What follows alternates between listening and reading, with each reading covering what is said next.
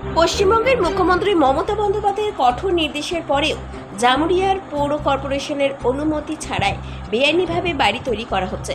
Asansol municipal corporation এবং বোরো একের অনুমতি ছাড়াই আসানসোল মিউনিসিপ্যাল কর্পোরেশনের অধীনে জামুরিয়া বোরোর একের অধীনে 7 নম্বর ওয়ার্ডের নিমগুড়িয়ার একটি বাড়ি তৈরি করা হচ্ছে। এই ঘটনার খবর পাওয়ার সাথে সাথে জামুরিয়া বোরো একের ইঞ্জিনিয়ারেরা ঘটনাস্থলে পৌঁছান। বাড়ির মালিকের কাছে বাড়ি নির্মাণের অনুমতির কাগজপত্র চাইলে বাড়ির মালিক শম্ভু কেশরী কাগজপত্র দেখাতে কিছু সময় চাইলে প্রকৌশলী তাকে 4 দিন সময় দেন। 4 দিন পর প্রকৌশলী বোরো উমানের অফিসে এসে ওই বাড়ির নির্মাণ কাজ বন্ধ রাখতে বলেন। বেশ কিছুদিন ধরেই রাতের অন্ধকারে বেআইনিভাবে বাড়ি তৈরি করছেন তিনি জানান।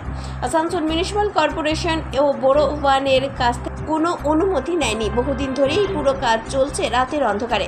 সূত্রের খবর অনুযায়ী শম্ভু কেশরী নামে এক ব্যক্তি যে জমিতে বাড়ি নির্মাণ করছেন সেটি সরকারি জমি এবং এই বাড়ি তৈরিতে তৃণমূলের যুবনেতা তার কথা উপেক্ষা করে এভাবে অবৈধ বাড়ি নির্মাণ করছে। আমরা চেষ্টা করব আমরা ভেঙে দেবো, আর না হলে যদি ভাঙতেও না দেওয়া হয় তাহলে ওদের কাছ থেকে আমাদেরকে চিঠি লিখিয়ে নিতে হবে, কোর্ট পেপারে লিখিয়ে নিতে হবে যে ভাই কিছু যদি ভেঙে যায় পড়ে যায় কারো ক্ষতি তার দায়িত্ব কিন্তু ওরা নিজেরা নেবে। অন্যদিকে জামুরিয়া 7 নম্বর ওয়ার্ডে দামোদরপুরে এক ব্যক্তি সরকারি অনুমতি ছাড়াই তিনি বিল্ডিং করছেন রাতের অন্ধকারে, এরপরে আপনাদের ইঞ্জিনিয়াররা যায়, সেই বিষয়টি নিয়ে ইঞ্জিনিয়াররা যদি গেছে তাহলে স্টপ করে দেওয়া হবে এবং আগামী দিনে হিয়ারিং করে সেটা। রাতের অন্ধকারে চলছে বলতে মেনশন কোন জায়গাটা প্রায় জানা আছে? 107 নম্বর। এটা আমরাও দেখছি যে ওটা করছে, কিন্তু এটা পুরোপুরি বেআইনি। বাবু মিউনিসিপ্যালিটি পারমিশন নিয়েছে কি না নিয়েছে তারও কোনো ইয়ে নেই।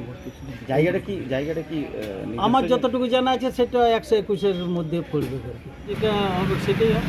ওর যদি কাগজপত্র ঠিক থাকে কর্পোরেশনে দেখাবে, আর যদি কাগজপত্র ঠিক না আছে তাহলে ওকে ভাঙতে হবে। জামুরিয়া থেকে সঞ্জয় যাদবের রিপোর্ট, 99 নিউজ বাংলা।